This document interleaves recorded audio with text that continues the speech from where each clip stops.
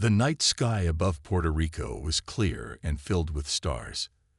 Dr. Olivia Barrett sat alone in the control room of the Arecibo Observatory, her eyes fixed on the screens in front of her.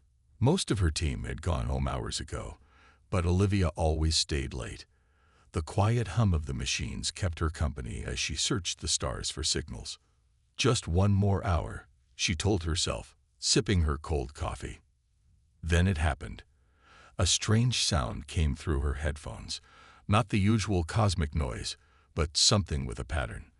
Olivia sat up straight, her heart beating faster. She checked her equipment twice to make sure it wasn't broken. "This can't be right," she whispered, her fingers moving quickly across the keyboard. The signal was unlike anything recorded before. It repeated in a clear pattern that couldn't be natural.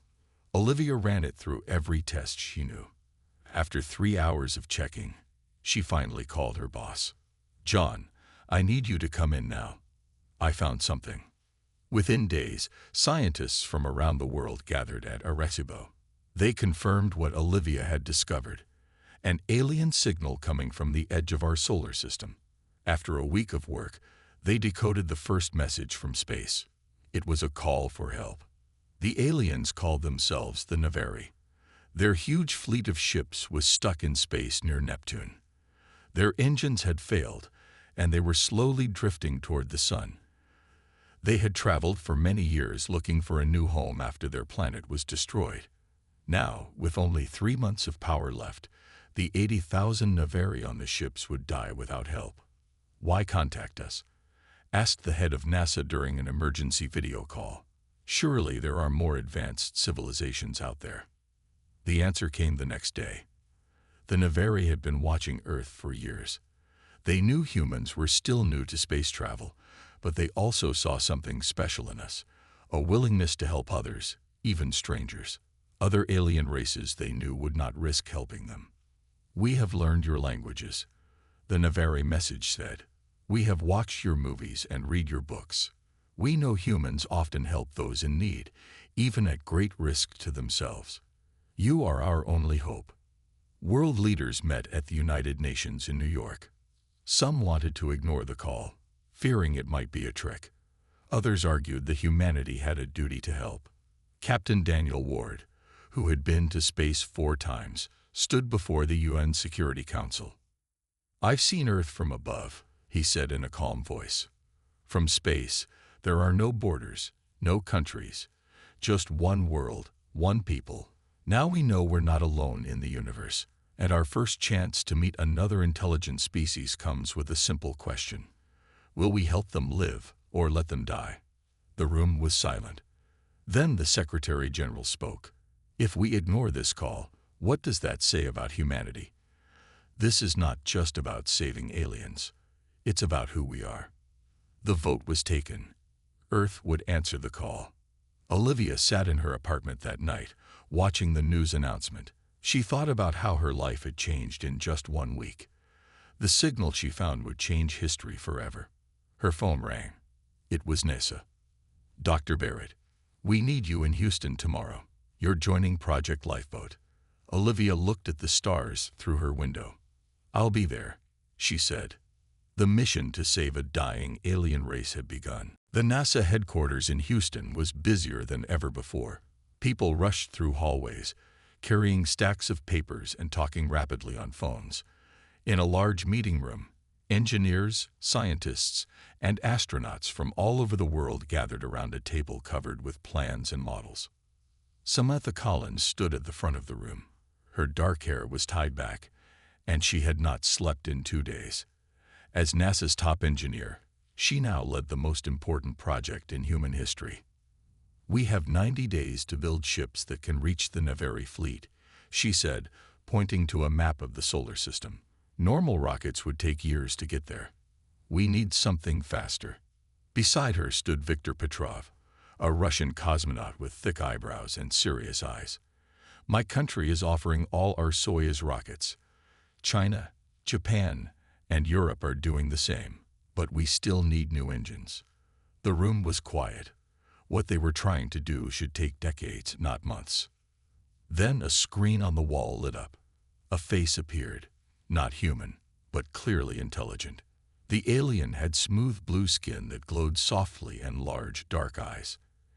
Everyone in the room stared in wonder. "I am Zurith, commander of the Navari fleet," the alien said in perfect English. "We wish to share our knowledge to help your rescue mission." Over the next few weeks, the Navari sent detailed plans for engines that used science humans were only beginning to understand. With this help, Project Lifeboat moved forward at an amazing speed. At a military base nearby, other preparations were happening. Colonel Maya Johnson walked through a secure room filled with weapons and equipment. Her job was to prepare for the worst. "We hope the Navari are telling the truth," she told her team. "But we need to be ready if they're not." Maya spent hours watching recordings of the Navari, studying their words and movements. The more she watched, the more she believed they were genuine. "They're dying out there," she told her superior. "I think they're really asking for help, not setting a trap." In another building, Dr. Frank Rivera worked with a team of scientists to understand Navari biology. The aliens had sent information about their bodies, their food needs, and their medical problems. "They'd breathe air like us," Frank explained to Olivia Barrett, who had joined his team. "But they need more moisture. Their home planet had large oceans and a humid atmosphere." Olivia nodded. "Can they survive on Earth if we bring them back?" "Yes, but only in certain places. Tropical regions would be best." Day and night, the work continued. In factories across the world, new parts were built based on Navari designs. Space agencies tested new fuels. Computer experts set up better communication systems with the alien fleet. Time was running out. The Navari reported that 3 of their smaller ships had already lost power. The people on those ships were moved to other vessels, but space was getting tight. Finally, after 60 days of non-stop work, 8 ships stood ready on launch pads around the world. They looked like nothing humans had built before, sleeker, with strange glowing sections where the new engines were installed. In Florida, Captain Daniel Ward climbed into the command module of the lead ship, named Hope. His crew of 15 included Samantha Collins, Dr. Rivera, and specialists from 7 countries. "Mission Control, this is Hope," he said into his radio. "We are ready for launch." As billions of people watched on screens around the world, the countdown began. 10, 9, 8. On the Navari fleet, Zurith and his people gathered around their own screens, watching their possible saviors prepare to leave Earth. 3, 2, 1. The rockets ignited with a blue flame unlike any seen before. Liftoff. Project Lifeboat was on its way to make humanity's first contact with alien life. For 23 days, the human ships traveled through the dark emptiness of space. Thanks to the new engines based on Navari technology, they moved faster than any human spacecraft before. Captain Eric Patterson stood on the bridge of his ship, the Unity, watching as a cluster of enormous shapes grew larger in the viewing screen. "There they are," he said quietly. "The Navari fleet." The crew gathered around, their faces filled with wonder.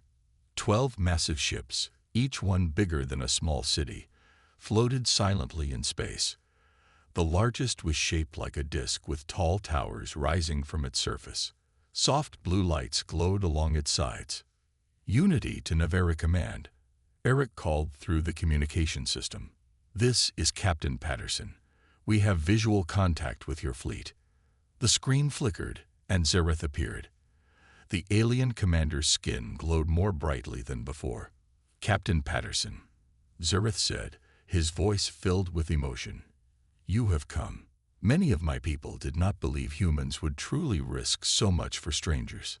6 hours later, Eric led the first team of humans to board the main Navari ship. They wore simple spacesuits as they floated through a long tunnel connecting the 2 vessels. At the end, a door opened, and they entered the alien ship. A group of Navari waited for them. They were tall, almost 7 feet, with 4 long arms and skin that glowed with soft blue and green light. Their bodies were thin but strong-looking, and they had no hair. Their eyes were large and dark, set in faces that seemed gentle. One Navari stepped forward. "I am Zyrith," he said, placing his upper right hand on his chest. "Welcome to our home, humans." Eric removed his helmet and took his first breath of Navari air. It was warm and slightly sweet. "Thank you for trusting us," he said. Over the next few days, the human teams spread throughout the Navari fleet. Chief Engineer Alan Grant inspected the damaged engines on the main ship. "This wasn't an accident," he told Eric, pointing to melted parts inside a huge engine room. "These systems were attacked. Someone did this on purpose." Zyrith nodded sadly. "The Krell," he explained. "They are a warrior race from a nearby star system. They wanted the worlds we hoped to settle on. When they learned of our journey, they sent ships to stop us." Alan studied the damage more closely. "We can't fix this," he said finally.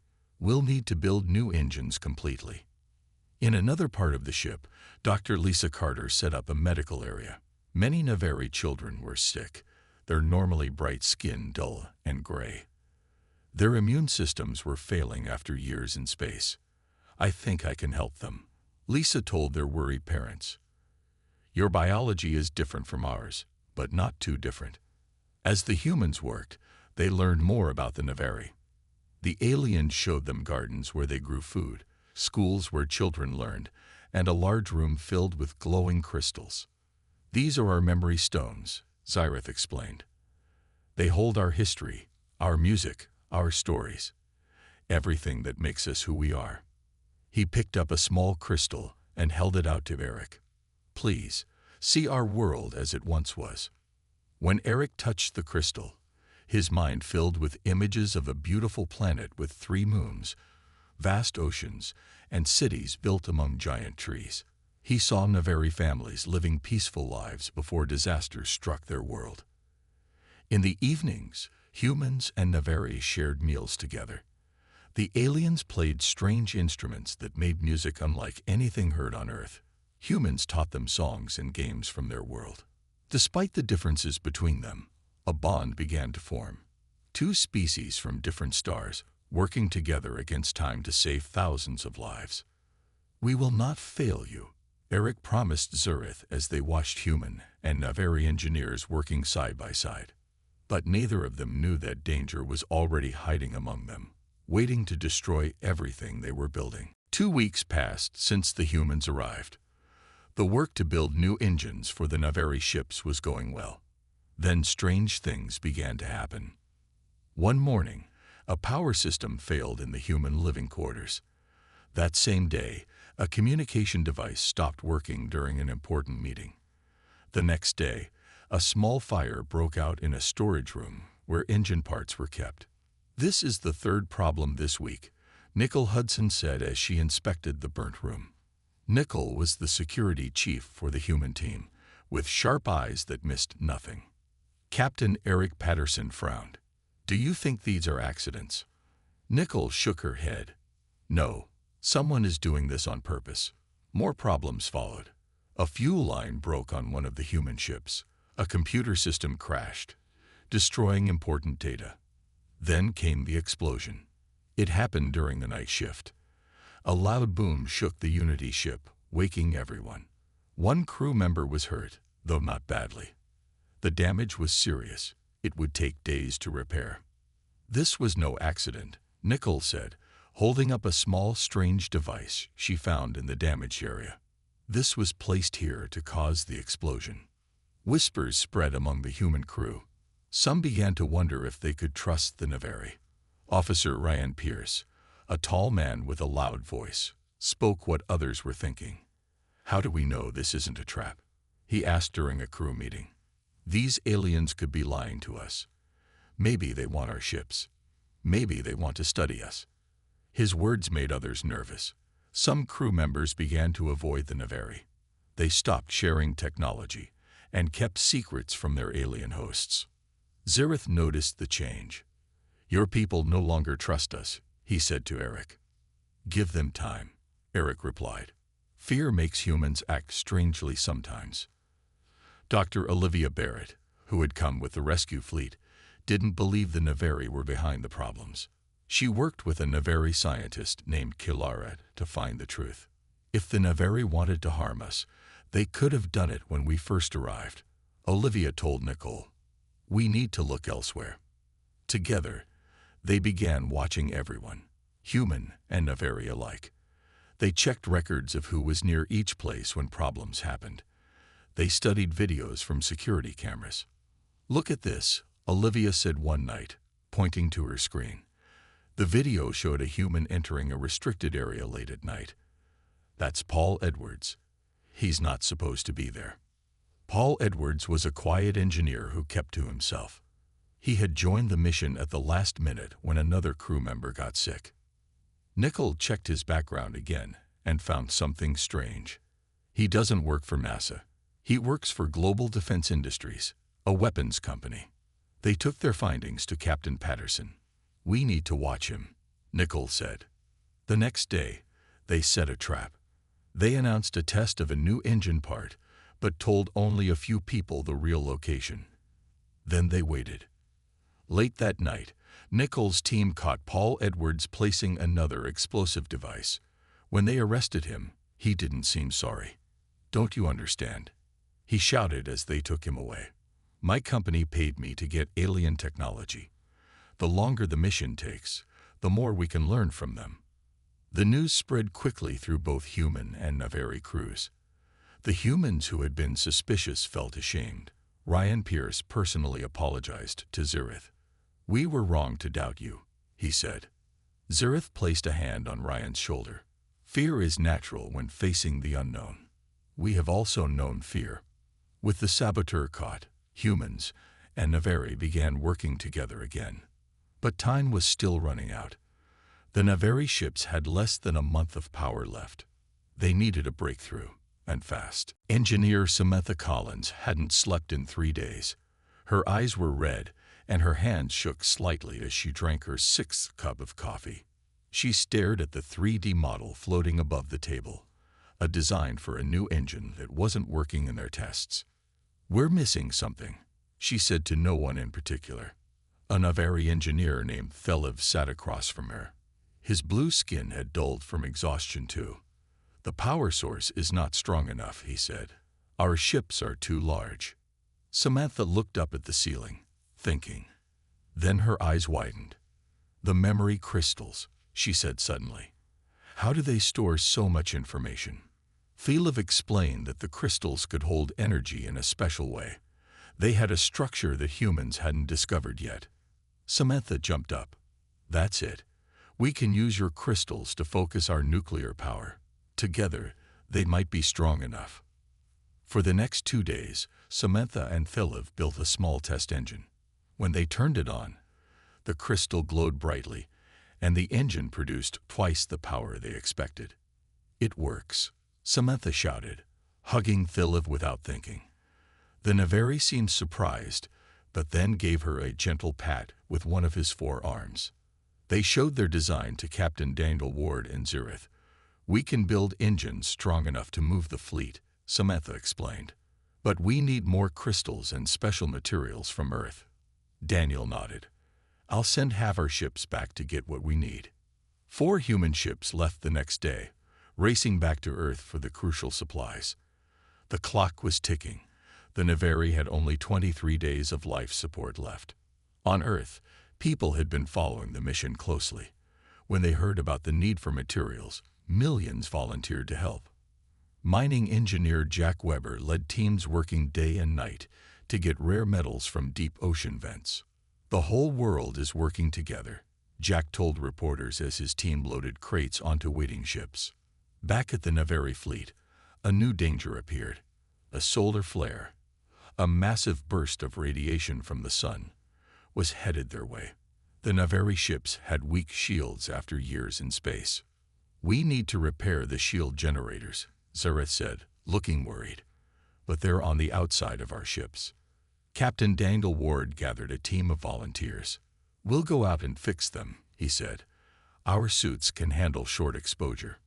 They worked for hours in the vacuum of space, racing to repair the shield generators before the solar flare hit. The radiation levels rose steadily. Warning alarms sounded in their suits. 5 more minutes, Daniel told his team as they connected the final parts. When the solar flare struck, the shields were working again, but Daniel and 2 others had stayed out too long. They stumbled back inside, sick from radiation exposure. Dr. Lisa Carter rushed to treat them. The radiation levels were too high, she told Eric. I'm not sure if they'll recover. Daniel lay in the medical bay, his skin pale and his breathing shallow. Still, when Eric visited him, Daniel asked, "Did the Earth ships make it back with the supplies?" "They'll be here tomorrow," Eric assured him. Despite his pain, Daniel smiled. "Then we'll make it." The supply ships arrived with just 5 days of Naveri life support remaining. Teams worked around the clock, installing the new crystal-powered engines on all 12 alien ships. Human and Naveri engineers moved together in perfect harmony, their previous distrust forgotten. On the final day, the first engine was ready to test. Everyone held their breath as they turned it on. The engine glowed with blue light and hummed with power. It worked. But starting all engines at once would require something no one had planned for: a sacrifice. The main control room of the Naveri flagship was filled with both humans and aliens. Engineer Alan Grant stood before them, explaining the problem they faced. "The new engines work," he said, pointing to a diagram. "But starting all 12 at once requires someone to be in the calibration chamber." He paused. "The person who does this will be hit with deadly radiation." Silence fell over the room. The Naveri life support systems would fail in 3 days. They had no choice but to start the engines. "I will do it," a weak voice said from the doorway. Everyone turned to see Captain Daniel Ward leaning against the wall. He was still sick from the solar flare radiation, his face pale and his body thin. Eric Patterson stepped forward. "No, Daniel. You're too weak already. I'll go." "Neither of you will go," Zyreth said firmly. "This is our fleet, and Naveri should be the one to make this sacrifice." Soon, others volunteered too. Humans and Naveri argued over who should take this final duty. Daniel listened to them all, then slipped away without anyone noticing. An hour later, Dr. Olivia Barrett was checking equipment when she saw Daniel walking slowly down an empty hallway. He carried a small bag. "Daniel?" she called. "Where are you going?" He stopped but didn't turn around. "You know where." Olivia's eyes widened. "The calibration chamber." "You can't. You're already sick from radiation." "That's why it should be me," he said quietly. "I've already been exposed. Maybe I won't survive anyway." Before Olivia could stop him, Zyreth appeared. The Naveri commander blocked Daniel's path. "My people have a sacred rule," Zyreth said. "We cannot allow others to die for us. It brings great shame." Daniel looked up at the tall alien. "And humans have a rule too. We don't leave people behind. We don't let others die if we can help." His voice grew stronger. "This is my choice, Zyreth. This is what makes us human. We choose to help, even when it costs us everything." The 2 leaders stared at each other for a long moment. Then Dr. Frank Rivera ran up to them, breathing hard. "Wait," he shouted. "I have something that might help." He held up a small device. "It's an experimental radiation shield. I made it from studying Naveri biology. It might protect you long enough to finish the calibration." Daniel looked at the device. "Might." Frank nodded. "It's not perfect, but it gives you a chance." They had no more time to argue. The fleet's power was failing faster than expected. Daniel took the shield device and continued to the calibration chamber. Inside the chamber, Daniel worked quickly, connecting wires and aligning the crystal power cores. The shield glowed around him as radiation levels rose. His hands moved steadily despite his weakness. Outside, everyone watched on screens. The engines began to power up across all 12 ships, one by one. "It's working," Samantha shouted. In the chamber, Daniel finished the final sequence. A wave of blue energy surged through the fleet's systems. The huge ships trembled as their new engines came to life. But in that same moment, Daniel collapsed to the floor. The radiation shield flickered and failed. "Get him out of there," Eric shouted. When they reached Daniel, he wasn't breathing. Dr. Lisa Carter worked desperately to save him while the Navari healers offered their help. They used technologies from both worlds, working together to fight death itself. Hours passed. The fleet was now moving safely through space, saved by the new engines. But the man who made it possible lay still in the medical bay, machines keeping him alive. Zareth stood beside Daniel's bed, all four hands raised in a Navari prayer. Around him stood humans, their heads bowed, hoping for a miracle. Then Daniel's finger moved. His eyelids fluttered. "He's responding," Lisa said, her voice breaking with emotion. Daniel opened his eyes slowly, seeing human and alien faces looking down at him with the same expression. Hope. 6 months passed. The blue-green hills of Australia stretched out under the morning sun. In a valley surrounded by eucalyptus trees stood a strange sight, a city of domes and tall, thin towers. It was New Haven, the temporary home of the Navari on Earth. Above the city, the huge Navari ships floated in orbit, visible from the ground as bright points of light. They were safe now, their new engines working perfectly. In a garden near the center of New Haven, Captain Daniel Ward sat on a bench. He had changed since that day in the calibration chamber. His hair had grown white, and strange blue lines ran under his skin, where the Navari healing techniques had saved him. He was alive, but different. Olivia Barrett sat beside him. "The United Nations ceremony is tomorrow," she reminded him. "Are you ready?" Daniel nodded. 6 months ago, I almost died trying to save the Navari. Now I'm the official ambassador between our worlds. Life had changed for everyone.